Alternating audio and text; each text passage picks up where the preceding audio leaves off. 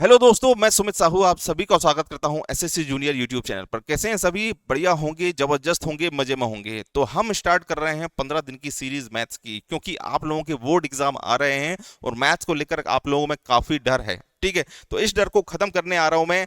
15 दिन की सीरीज लेकर आ रहा हूं। इसमें बिल्कुल बेसिक से बिल्कुल chapter wise most important question आपको कराऊंगा मैं, जिससे आप एग्जाम में अच्छा खासा स्कोर कर सकें। ठीक है, तो आज हम स्टार्ट करेंगे रियल नंबर से। ठीक है, काफी लोगों ने अपनी मैथ्स की प्रिपरेशन कर ली होगी, काफी लोगों ने नहीं की होगी और काफी लोगों का आधा आधा होगा। तो जिन लोगों ने कर ली है उसका रिवीजन हो जाएगा, जिन लोगों ने नहीं की है तो उनको बिल्कुल बेसिक से बताने वाला हूं। हर बच्चे के लिए ये वीडियो बहुत ही इंपॉर्टेंट है, तो इस वीडियो को लास्ट तक देखना।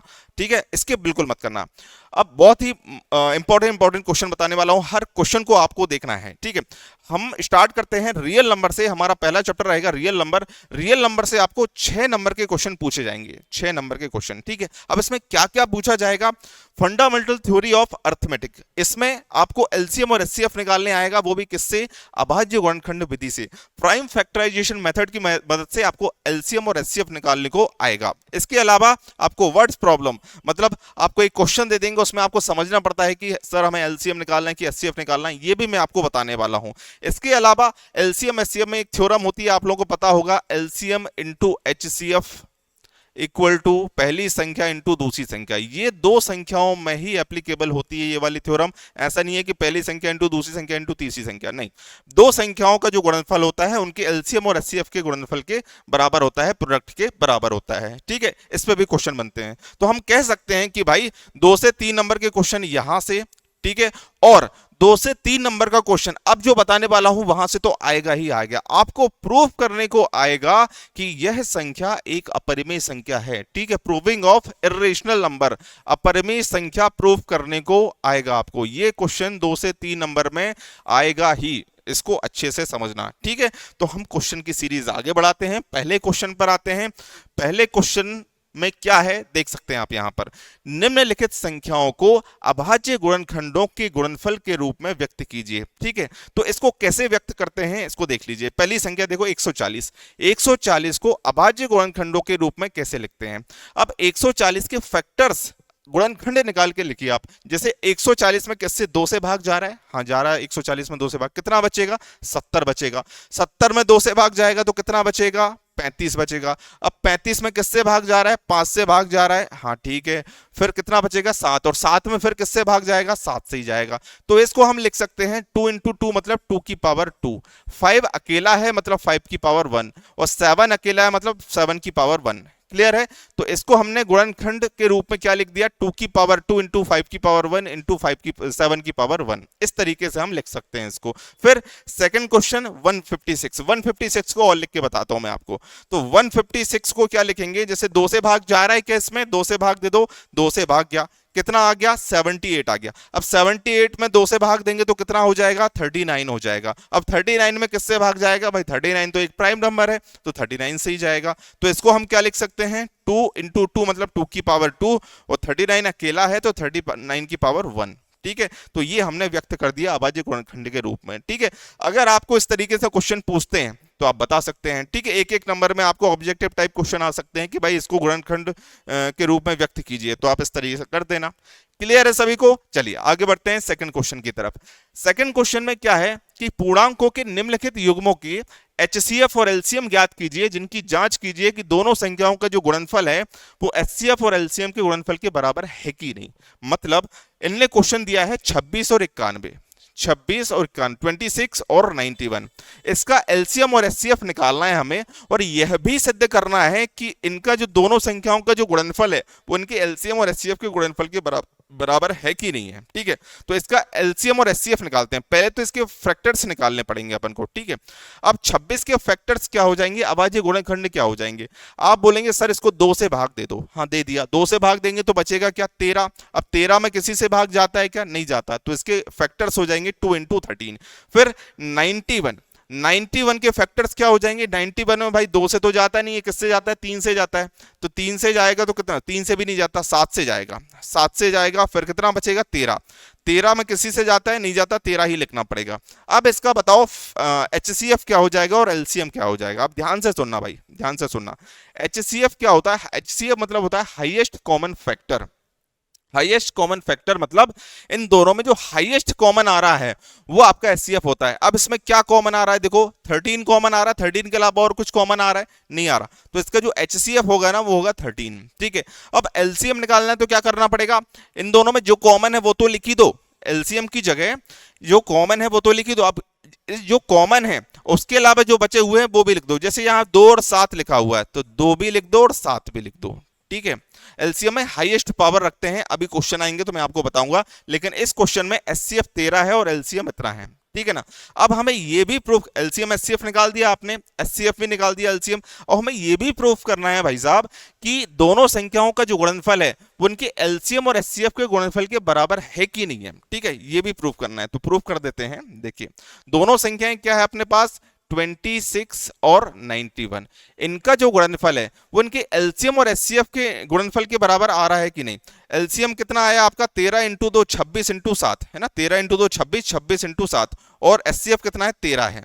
ठीक है भाई, तो एचसीएफ है अपना 13 और एलसीएम कितना है, 26 इंटू 7 है। तो ये हो गया एचसीएफ इंटू एलसीएम, ये हो गई दोनों संख्या। हमें ये प्रूव करना है कि इन दोनों का गुणनफल बराबर है कि नहीं है। तो चलो अलग अलग कर देते हैं, अलग अलग करते हैं, इनका पहले गुणा करके देखते हैं अपन।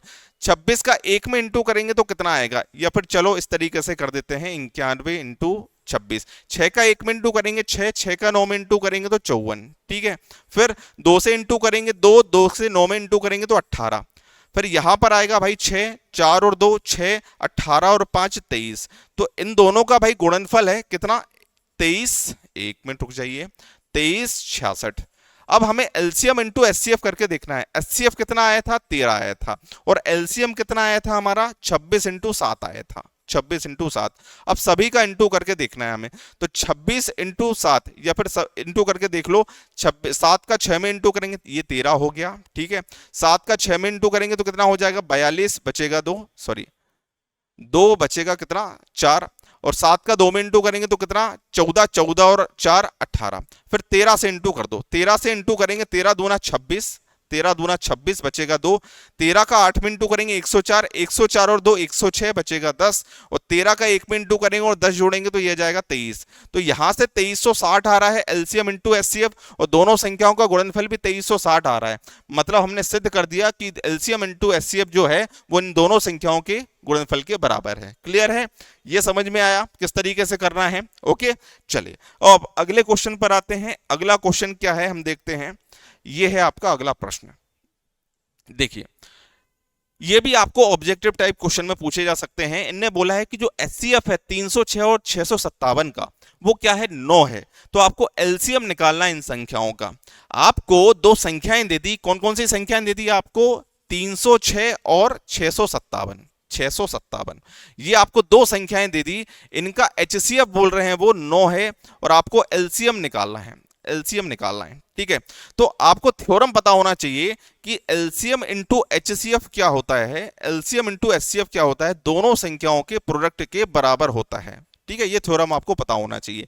अब इनमें एलसीएम और एचसीएफ, इनमें से एचसीएफ दिया है, एलसीएम निकालना है, और दोनों संख्याएं दे दी, रख देंगे और अपना आंसर आ जाएगा। तो यहां पर इन्हें एलसीएम तो नहीं दिया है, ठीक है, एचसीएफ कितना दिया है, 9 दिया है। पहली संख्या क्या दी है, 306 दी है, और दूसरी संख्या क्या दी है इनने, 656 दिया है, नहीं 657 है, सॉरी ये 657 है, 657 है ये, है ना, 657। ओके, 657। ओके, चलिए अब इसको काट देते हैं हम। किससे कट रहा है भाई, ये किससे कट रहा है, ये 9 से कटेगा, 9 तिया 27, 9 चौक 36। अब 34 का इसमें इंटू कर दो आप, 657 में 34 से इंटू करेंगे तो क्या आएगा, 4 का 7 में इंटू करेंगे 28, 4 का 5 में इंटू करेंगे 20 और 2 22 बचेगा 2, 4 का 6 में इंटू करेंगे 24 और 2 26। ठीक है, फिर 3 से इंटू करेंगे, 3 का 7 में इंटू करेंगे तो 21 बचेगा 2, 3 का 5 में इंटू करेंगे 15, 15 और 2 17। ठीक है, बचेगा 1, 3 का 6 में इंटू करेंगे 18 और 1 19। ठीक है, तो ये 8 3, ये 13 का 3 बचेगा 1, 19 और 1 20 और 2 22, तो 22 338, 22 338 जो है वो आ जाएगा आपका एलसीएम। एलसीएम इस तरीके से आप एलसीएम निकालेंगे। ठीक है भाई, क्लियर है सभी को, समझ में आया ना इतना, ठीक है, अब अगले क्वेश्चन पर आते हैं। अगला क्वेश्चन आपका ये है, ठीक है, यदि 144 और 180 में से HCF को 13m-16 के रूप में व्यक्त किया जाता है तो m का मान क्या होगा? m का मान क्या होगा ये निकालना है। देखिए भाई, इनका क्वेश्चन ये है कि 144 और 180 का जो HCF है वो 13m-16 के रूप में, मतलब इसके बराबर है। तो आपको m की वैल्यू निकालना है। अब m की वैल्यू कैसे निकालेंगे? पहले तो हम 144 और 180 का HCF निकाल के देखते हैं। तो 144 और 180 के फैक्टर निकालो आप पहले। फैक्टर, जो प्राइम फैक्टर्स होते हैं, किससे भाग जा रहा है? 2 से। 2 से भाग देंगे तो कितना बचेगा? 72 बचेगा। ठीक है, फिर 72 में 2 से डिवाइड करेंगे तो कितना बचेगा? 36 बचेगा। 36 में 2 से डिवाइड करेंगे तो कितना बचेगा? 18 बचेगा। 18 में 2 से डिवाइड करेंगे तो कितना बचेगा? 9 बचेगा। ठीक है ना, 2 से डिवाइड किया 72, 72 में 2 से भाग दिया 36, 36 में 2 से भाग दिया 18, 18 में 2 से भाग दिया 9, 9 में फिर 3 से भाग देंगे, फिर 3 से भाग देंगे, यही आएंगे फैक्टर्स। ठीक है, इसको आप इस तरीके से लिख सकते हो, चलो बाद में लिख देंगे अपन। ठीक है, अब किसके निकालें अपन? अब निकालते हैं अपन 180 के। 180 के 2 से भाग गया, कितना बचा? 90। 90 में 2 से भाग दिया तो 45, 45 में 3 से भाग दिया 15, फिर 3 से भाग दिया तो 5, फिर 5 से ही भाग देंगे। तो इसके जो फैक्टर क्या हो गया? 2 इंटू 2 इंटू 2, मतलब 2 की पावर क्या लिख सकते हैं अपन? 4। ये 3 इंटू 3 मतलब 3 की पावर क्या लिख सकते हैं? 2 लिख सकते हैं, 144। और 180 को किस तरीके से लिख सकते हैं अपन? 2 इंटू 2 मतलब 2 की पावर 2, 3 इंटू 3 मतलब 3 की पावर 2, और 5 अकेला है तो 5 की पावर 1। अब यहां से हमें निकालना है HCF। तो HCF क्या होता है? जो भी कॉमन होता है ना, उसकी लोएस्ट पावर देखते हैं SCF में, महत्तम समावर्तक में। तो जो कॉमन है वो क्या है? आपके पास 2 और 3 है, 2 और 3 है, तो 2 और 3 लिख दिया इस तरीके से आपने। ठीक है, अब यहाँ 2 की पावर 2 है और 2 की पावर 4 है, तो SCF में लोएस्ट पावर देखी जाती है। तो यहाँ पावर 4 है, यहाँ पावर 2 है, तो लोएस्ट पावर क्या है? 2 है, तो 2 की पावर 2 यहाँ लिख दिया। अब 3 को देखो, 3 की पावर 2 यहाँ भी, 3 की पावर 2 यहाँ भी, तो 3 की पावर 2 लिख देंगे। अब यहाँ पर देखिए क्या आ जाएगा? 4, और 3 की पावर 2 क्या आ जाएगा? 9, तो 4 का 9 में इंटू करेंगे तो कितना आएगा? 36। तो आपका जो HCF आ गया ना, वो 36 आ गया है। तो इनने ये बोला है कि जो 36 है वो इसके बराबर है। किसके बराबर? 13m-16 के बराबर है 36। तो ये 16 इस तरफ आएगा तो ये प्लस हो गया, कितना हो जाएगा? 52। यहां पर होगा 13m, और 13 से कैंसिल करेंगे तो 4, तो m की वैल्यू क्या हो जाएगी आपकी भाई? 4। m की वैल्यू हो जाएगी 4, ये आपका करेक्ट आंसर होगा। समझ पाए? तो इस तरीके से, इस तरीके के क्वेश्चन को आपको सॉल्व करना है। क्लियर है? ओके, अगले क्वेश्चन पर आ जाएं। ठीक है, क्योंकि समय कम है आपके एग्जाम में, तो हमें फटाफट कंप्लीट कोर्स करना पड़ेगा। ठीक है, मोस्ट इंपॉर्टेंट क्वेश्चंस हैं ये, इन सभी क्वेश्चन को देखना अनिवार्य है। और अगर एक बार में समझ में नहीं आ रहा है तो आप बार बार का मतलब 2 से 3 बार इन क्वेश्चंस को देख सकते हैं। ठीक है, इतना बड़ा सिलेबस करने के बजाय इस क्वेश्चन को देखिए। इनने बोला है कि समझाइए कि 17 into 5 into 11 into 3 into 2 plus 2 into 11 एक संयुक्त संख्या है। संयुक्त संख्या का क्या मतलब होता है? कंपोजिट नंबर, इसको बोलते हैं यौगिक संख्या भी बोलते हैं। तो कंपोजिट नंबर क्या होते हैं? ऐसी संख्याएं जिसके 2 से अधिक फैक्टर्स होते हैं। 2 से अधिक फैक्टर्स होते हैं, जैसे 4 है। ठीक है, 4 मतलब 4 के फैक्टर्स क्या होंगे? 1 होगा, 2 होगा, 4 होगा। ठीक है, 2 से अधिक फैक्टर है तो इसके फैक्टर, ये क्या हो गई? एक संयुक्त संख्या हो गई, ये कंपोजिट नंबर हो गया। ठीक है ना भाई? चलिए, तो इनने बोला है कि हमें प्रूव करना है कि भाई ये जो संख्या है वो एक संयुक्त संख्या है। तो कैसे प्रूव करेंगे? ध्यान से देखना है यहाँ पर। 17 into 5, 17 into 5 into 11 into 3 into 2 plus 2 into 11। ठीक है, अब क्या यहां से हम ये 2 और 11, यहां देखो बीच में प्लस का साइन है कि नहीं है? ठीक है, यहां से 2 और यहां 11, यहां 2 यहां 11, तो यहां भी 2 11 है और यहां भी 2 11 है। तो ये 2 और 11 को कॉमन ले लें अपन, 2 इंटू 11 को कॉमन ले लिए, तो यहां पर क्या बचेगा? 17 इंटू 5, 11 को तो कॉमन ले लिया, बचा 3, 2 को भी कॉमन ले लिया, तो बीच में बचा प्लस। और यहां से हमने पूरा कॉमन ले लिया तो क्या बचेगा आपका? 1 तो बचेगा ही बचेगा। क्लियर है? अब यहां देखिए, ये 2 इंटू 11, यहां 17 का 5 में इंटू करेंगे 85, 85 का 3 में इंटू करेंगे तो कितना हो जाएगा? जब 85 का 3 में इंटू करेंगे तो 255, 255 और 1 256, 255 और 1 256, तो 2 इंटू 11 इंटू ये हो गया 256। तो आपको पता है भाई कि ऐसी संख्याएं जिनके 2 से अधिक फैक्टर्स होते हैं, 2 से अधिक फैक्टर्स होते हैं, वो क्या होती हैं? संयुक्त संख्याएं होती हैं तो इनके दो से अधिक फैक्टर, एक तो वो खुद फैक्टर है इतनी बड़ी संख्या, एक भी फैक्टर है, दो भी है, 11 भी है, 256 भी है, इतने सारे फैक्टर्स हो गए, इतनी सारी संख्याओं से भाग जा रहा है इस संख्या में, मतलब ये क्या होगा, एक संयुक्त संख्या होगी। इस तरीके की लाइन आप लिख सकते हैं, ठीक है। तो इस संख्या में दो से अधिक फैक्टर्स हैं, इस कारण ये संयुक्त संख्या है, कंपोजिट नंबर है। क्लियर है भाई, समझ में आया ना सभी को? समझ में आया तो लाइक कर दो, ठोक दो, और जिन लोगों ने चैनल को सब्सक्राइब नहीं किया है तो सब्सक्राइब करके रख लो, डेली आपको वीडियोस मिलने वाले हैं इंपॉर्टेंट क्वेश्चंस के, ठीक है। चलिए इस क्वेश्चन को सॉल्व करते हैं, 2-3 क्वेश्चन और बचे हैं, बस 2-3 क्वेश्चन को और देख लो और रियल नंबर से छुटकारा पा लो, ठीक है। लिखें कि सरलीकरण 2√45 है, ये है ना, 2√45 है, 2√45, ठीक है, प्लस 3√20 अपॉन में 2√5 है, 2√5, ठीक है। पर एक अपरिमेय संख्या या एक परिमेय संख्या देता है या नहीं, एक परिमेय संख्या या परिमेय संख्या देता है कि नहीं। देखिए इसमें हमें क्या प्रूफ करना है कि एक अपरिमेय संख्या है या नहीं, ये प्रूफ करना है। देखते हैं अपन, तो इसको हम थोड़ा सा सॉल्व करते हैं कि जैसे ये 45 है तो 45 को हम क्या लिख सकते हैं, 45 को हम लिख सकते हैं 3 × 3 × 9 हो गया और 5, ठीक है, लिख सकते हैं ऐसा 45 को। और 20 को क्या लिख सकते हैं अपन, 2 × 2 × 5 ऐसा लिख सकते हैं। फिर नीचे 5 को तो नहीं तोड़ सकते, 2 × 5 ही लिखेंगे। अब ये 3 × 3 दो बार है, वर्गमूल है, तो ये बाहर निकल जाएगा, 3 बाहर निकल गया तो अंदर क्या बचेगा भाई साहब, 5 बचेगा, ठीक है। और यहां से ये 2 बाहर निकल जाएगा तो ये अंदर क्या बचेगा, 5 बचेगा, और नीचे क्या आपके पास 2√5 है, 2√5। अब ये 2 का 3 में इंटू करेंगे तो 6 करनी 5, और ये 3 का 2 में इंटू करेंगे 6 करनी 5, और नीचे क्या है भाई साहब आपके पास 2√5 है, 2√5। तो 6 और 6 कितने बार हो गया, ये 12 करनी 5, और नीचे क्या हो गया आपका 2 करनी 5। अब करनी 5 से करनी 5 कट गया, 2 से 12 को काटेंगे कितने बार, 6 बार। तो 6 अकेला है, 6 अकेला है, मतलब इसको 6/1 लिख सकते हैं कि नहीं लिख सकते, 6/1 लिख सकते हैं। तो 6/1 है, मतलब ये आप बताइए परिमेय संख्या है कि अपरिमेय संख्या है। जिन संख्याओं को हम बटे में p/q के फॉर्म में लिख सकते हैं उन संख्याओं को हम परिमेय संख्या कहते हैं, उन संख्याओं को हम परिमेय संख्या कहते हैं जिनको हम p/q के फॉर्म में लिख सकते हैं। मतलब ये क्या है, एक रेशनल नंबर है, एक रेशनल नंबर है ये, ठीक है, परिमेय संख्या है ये क्या है, एक परिमेय संख्या है। ये प्रूफ करना था कि अपरिमेय है कि परिमेय है, तो ये क्या है, एक रेशनल नंबर है, परिमेय संख्या है। क्लियर है, कर लेंगे सभी, कर लेंगे तो लाइक की बटन ठोक दो एक, ठीक है।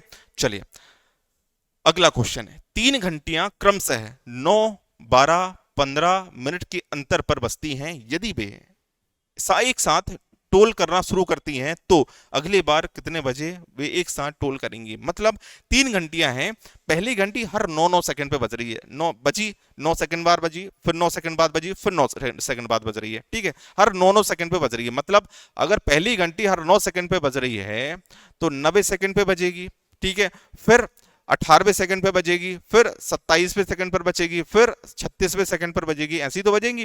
फिर दूसरी घंटी 12 सेकंड बाद बजती है, हर 12 सेकंड बाद। तो पहली बार 12 सेकंड पर बजेगी, फिर 12 दूना 24वें सेकंड पर, फिर 12 तिया 36वें सेकंड पर, फिर 12 चौक 48वें सेकंड पर, फिर तीसरी बार हर 15-15 सेकंड पर बज रही है तीसरी घंटी, तो 15वें सेकंड पर, फिर 30वें सेकंड पर, फिर 45वें सेकंड पर, फिर 60वें सेकंड पर। इस तरीके से ये बज रही है। तो इन्हें ये पूछा है कि तीनों घंटियां एक साथ कब बजेंगी। तो एक साथ ये क्या 90 सेकंड पे बज रही है, क्या 12वें सेकंड पे बज रही है, क्या 15वें सेकंड पे बज रही है। आप बताइए कि तीनों घंटियां एक साथ कितने समय बाद बजेंगी। तो ये 15 सेकंड से भी ज्यादा समय आएगा कि नहीं आएगा, है ना। ये हर 9 फिर 18 ये 17, इनमें से आप देखो, इनमें से कुछ कॉमन दिख रहा है आपको कि किसी कॉमन समय में बज रही हो ये 9, 8, 27, 36, कहीं कुछ दिख रहा है, नहीं दिख रहा है, नहीं दिख रहा है ऐसा। मतलब इनसे भी बड़ी संख्या कुछ होंगी, उतने समय पर ये एक साथ बजेंगी। मतलब आपका आंसर है जो वो बड़ी संख्या या फिर उससे बड़ा आए तो आपको हमेशा एलसीएम निकालना पड़ता है, ठीक है। तो ये सब लिखना नहीं है आपको, बस समझा रहा था मैं कि अगर आपका आंसर बड़ी संख्या इससे बड़ा कुछ आ रहा है तो आपको क्या निकालना पड़ता है, एलसीएम निकालना पड़ता है। मतलब आप इन तीनों संख्याओं का एलसीएम निकाल दो, वही आपका आंसर होगा। तो 9, 12 और 15 का एलसीएम क्या हो जाएगा, 9, 12 और 15 का एलसीएम क्या हो जाएगा। तो 9 के फैक्टर क्या हो जाएंगे भाई बताइए। 9 के फैक्टर आप लिखोगे 3 × 3, ठीक है, इसको लिख सकते हैं 3 की पावर 2। 12 के फैक्टर क्या हो जाएंगे बताइए, 12 के फैक्टर, या फिर 9, 12 और 15 इसका भाई पता होगा यार आपको कितना एलसीएम होता है, 180 एलसीएम होता है कि नहीं होता, इसको निकालने की जरूरत है क्या? भाई समझदार हो यार, 10th में आ गए, एलसीएम एलसीएम तो बनता होगा नहीं। अरे सिंपल सी चीज, एलसीएम निकालते तो 9, 12, 15 का एलसीएम क्या हो जाएगा, 180 हो जाएगा। ये आप निकाल के देख लेना इस तरीके से फैक्टराइजेशन मेथड की वजह से, ठीक है। तो इसका आंसर क्या हो जाएगा, 180 सेकंड के बाद ये एक साथ बजेंगे, इनका एलसीएम निकालना पड़ता है। ये तो समझ में आ गया सबको, ठीक है। अगर आंसर बड़ी संख्या इससे बड़ा आ रहा है तो आपको एलसीएम निकालना पड़ता है, और अगर आंसर छोटी संख्या या फिर इससे छोटा आ रहा है तो आप समझ जाना कि इसका एचसीएफ निकालना पड़ता है, ठीक है। तो अभी आंसर क्या आएगा, 180 सेकंड बाद बजेगी। 180 सेकंड का मतलब होता है 3 मिनट बाद, 3 मिनट बाद जो भी, ठीक है, 3 मिनट बाद या 180 सेकंड बाद, ठीक है भाई। चलिए अगले क्वेश्चन पर आते हैं। अगला क्वेश्चन क्या है, देखिए। अरे बाबा, साबित करें कि √5 एक अपरिमेय संख्या है। ये क्वेश्चन तो आएगा ही आएगा, आपको आएगा ही आएगा। देखिए इसको कैसे सॉल्व करते हैं। हमें ये साबित करना है, ये प्रूफ करना है कि √5 जो है वो एक अपरिमेय संख्या है। ये तो अपन को पता है कि भाई ये अपरिमेय संख्या होती है। अब प्रूफ करना है, तो प्रूफ कैसे करें। तो माना √5 एक परिमेय संख्या है। हमने परिमेय नहीं माना, अपरिमेय नहीं माना, हमने मान लिया परिमेय संख्या है। माना √5 एक परिमेय संख्या है, ठीक है। परिमेय मतलब रैशनल नंबर है, ठीक है। तो अगर √5 एक परिमेय संख्या है तो उसको a/b के फॉर्म में लिख सकते हैं, ये a/b के फॉर्म में लिख सकते हैं। और जहां a और b क्या होंगे, जहां a और b को प्राइम नंबर होंगे, मतलब इनमें से कुछ भी कॉमन नहीं आएगा। जहां a तथा b क्या होंगे, अभाज्य सह अभाज्य संख्याएं होंगी, सह अभाज्य संख्याएं होंगी। जहां a और b को प्राइम नंबर या फिर सह अभाज्य संख्याएं होंगी, ठीक है। इसमें कुछ भी कॉमन नहीं है, ठीक है ना। ये अब देखिए, अब हम क्या करेंगे, दोनों तरफ वर्ग कर देंगे। इसका भी स्क्वायर कर दो, इस तरफ भी स्क्वायर कर दो। तो √5 का स्क्वायर इक्वल टू a/b का स्क्वायर। इसका स्क्वायर करेंगे तो क्या हो जाएगा भाई, स्क्वायर से रूट कटेगा तो ये 5 हो जाएगा। यहां पर a का स्क्वायर अपॉन b का स्क्वायर। ये b स्क्वायर को इस तरफ ले आओ तो ये 5b स्क्वायर हो जाएगा, यहां पर a स्क्वायर, ठीक है। तो ये पहली इक्वेशन बन गई अपनी। अब 5 उस तरफ जाएगा तो क्या हो जाएगा भाई बताइए, 5 अगर उस तरफ जाएगा तो a² अपॉन 5 हो जाएगा। तो इससे आप क्या समझे, आपने 10th में ही अभी आपने एक थ्योरम पढ़ी होगी कि जब a² कोई भी संख्या का वर्ग किसी प्राइम नंबर से डिविजिबल है तो वह संख्या भी उस नंबर से डिविजिबल होती है, पढ़ा है ना आपने। तो अगर a² 5 से डिविजिबल है तो a भी 5 से डिविजिबल होगा। a² divisible by 5, if a² divisible by 5, अगर a² 5 से विभाजित है तो then a is also divisible by, मतलब a² अगर 5 से विभाजित है तो a भी 5 से विभाजित होगा, ये लिखना है आपको। a² is divisible by 5, then a is also divisible by 5, ठीक है। अगर a भी 5 से डिविजिबल होगा, अगर a भी 5 से डिविजिबल होगा मतलब a में भी 5 से भाग जाएगा, तो भाग देने पर आएगी कोई संख्या, पता नहीं हमें, आएगी कोई संख्या, ठीक है। मान लेते हैं x आएगी, तो 5 उस तरफ जाएगा तो a की वैल्यू क्या हो जाएगी, यहां से 5x, a की वैल्यू क्या हो जाएगी भाई 5x हो जाएगी, ठीक है। x इंटू 5 या 5 इंटू एक्स ये हो जाएगी, ठीक है। अब a की वैल्यू हमें समीकरण 1 में रखना है। a की वैल्यू क्या रखना है, हमें समीकरण 1 में रखना है, यहां पर या फिर यहां पर रख दो। तो 5b² इक्वल टू a की वैल्यू क्या है आपके पास 5x है, तो 5x का स्क्वायर हो जाएगा, यहां पर 5x का स्क्वायर हो जाएगा, ठीक है। तो यहां पर है 5b², ये हो जाएगा 25x वर्ग, ठीक है। 5 से काटेंगे ये 5 बार तो ये हो जाएगा b² और ये 5x²। अब यहां से देखो ये इक्वेशन 2 हो गई।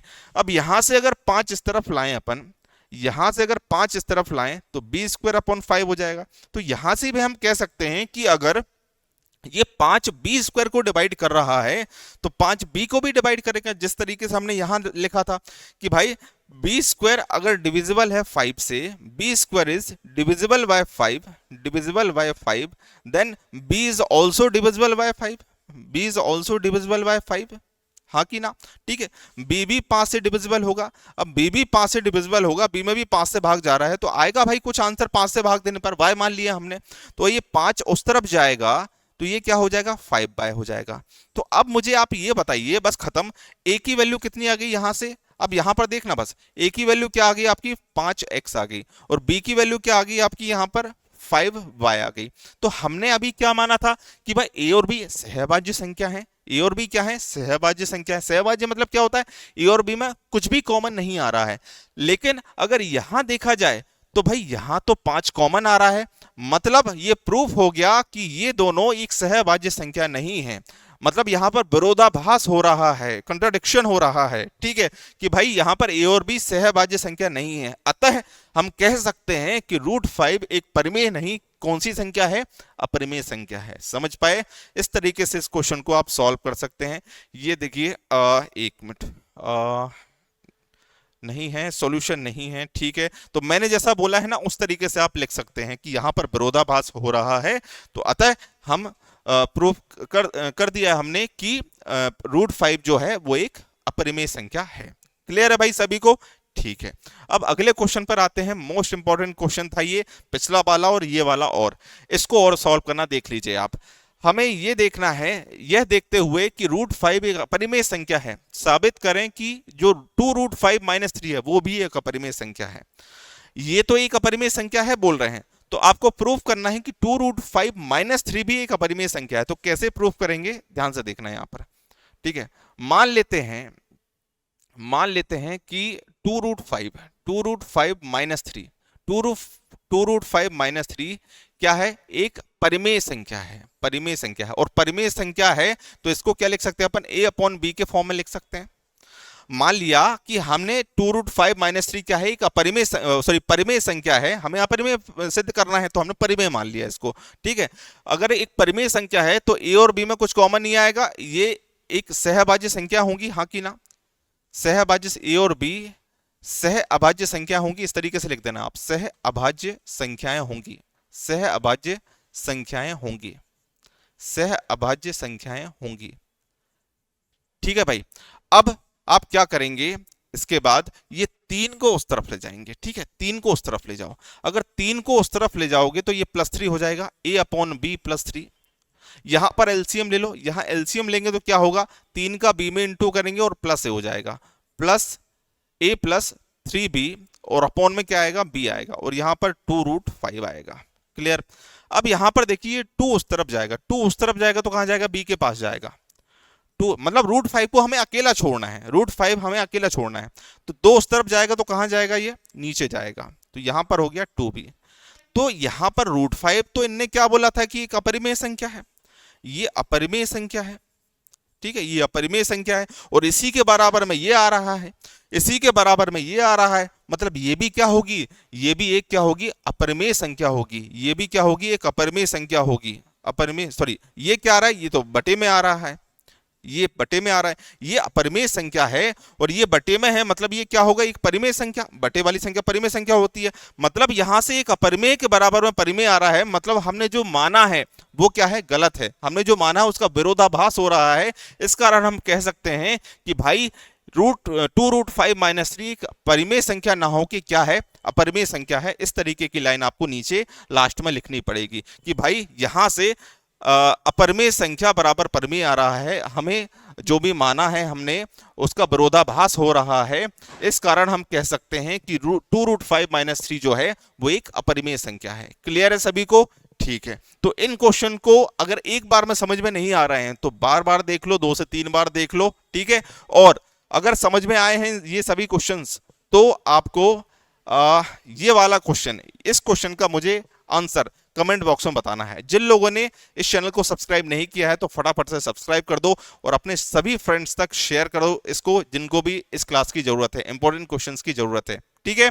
और इस वीडियो को लाइक ठोक दो, ज्यादा से ज्यादा फैला दो, और डेली आपको वीडियोस मिलने वाले हैं, डेली एक चैप्टर का वीडियो मिलेगा, आपके 15 दिन के अंदर सभी चैप्टर कंप्लीट हो जाएंगे, डोंट वरी, ठीक है। तो मिलते हैं अगले वीडियो में, बाय बाय, थैंक यू।